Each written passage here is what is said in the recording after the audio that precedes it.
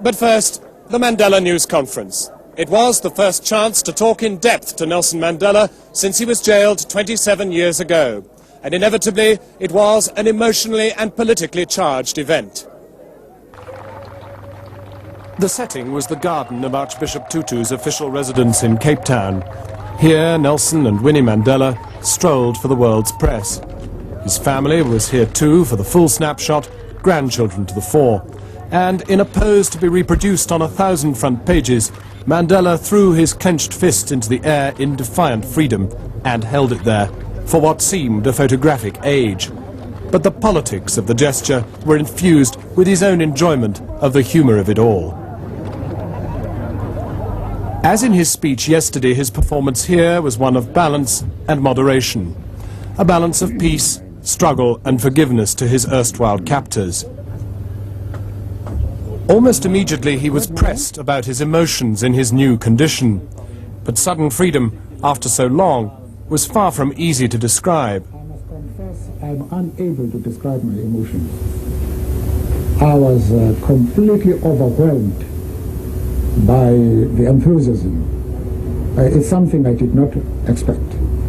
And I would be merely rationalizing if I told you that I am able to describe my own feelings. It was breathtaking. That's all I can say. And your first impressions of the South Africa that you found in this very short time that you've been free? Well, it's a totally different South Africa. And along the route, I was surprised to see the number of whites who seem to identify themselves with what is happening in the country today amongst blacks. I was absolutely surprised. And I expected that response from blacks.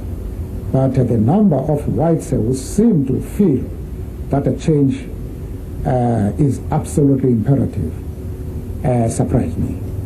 Mr. Mandela does not disguise his sadness over the deprivation he has suffered in prison. He's philosophical about its impact, particularly on his children and his wife, Winnie. Well, I have lost a great deal over these 27 years. And my wife has been under all sorts of pressures. And it is not a nice feeling for a man to see his family struggling without security, without the dignity of the head of the family around. But despite the hard times that we've had in prison, we have also had the opportunity to think about problems. And it's an opportunity which is also very rewarding in that regard. And you learn to get used to your circumstances. And in prison there have been men, who are very good in the sense that they understand our point of view, and they do everything to try and make you as happy as possible. And that has wiped out any bitterness which a man could have. The politics of this news conference centred first on whether he considered there was a conflict between striving for peace and sustaining the armed struggle against apartheid.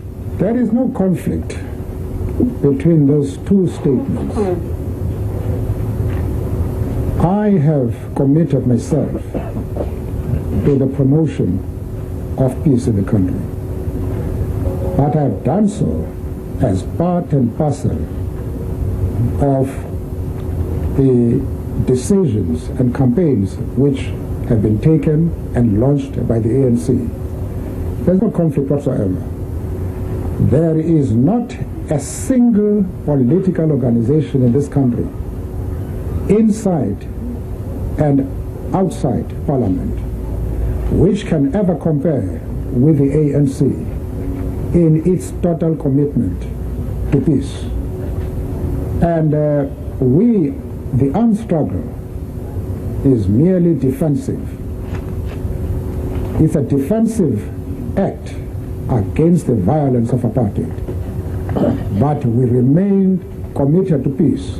And if the government gives us the opportunity, If they normalize the situation, we are ready to make a positive contribution towards the peaceful settlement of the problems of this country.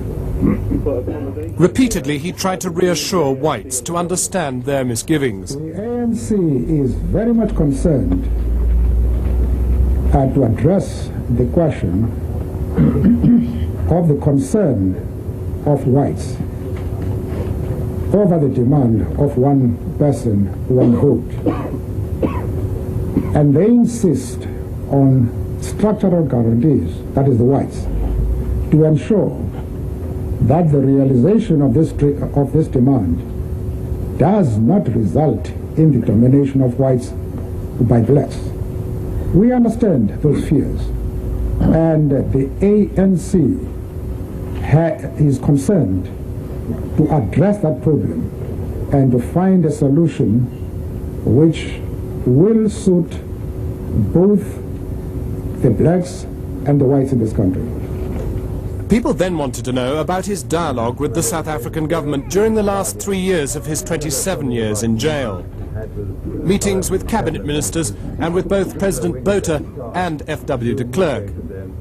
How many of these meetings had there been precisely? And with whom? And what had been the subject of negotiation? Well, that is a very good question, because there has been a lot of misunderstanding about it. I have been having discussions with the government for the last 3 years on two separate but related questions. The first one, in which I have been negotiating with the government, was the release of my colleagues, Mr. Sisulu and others.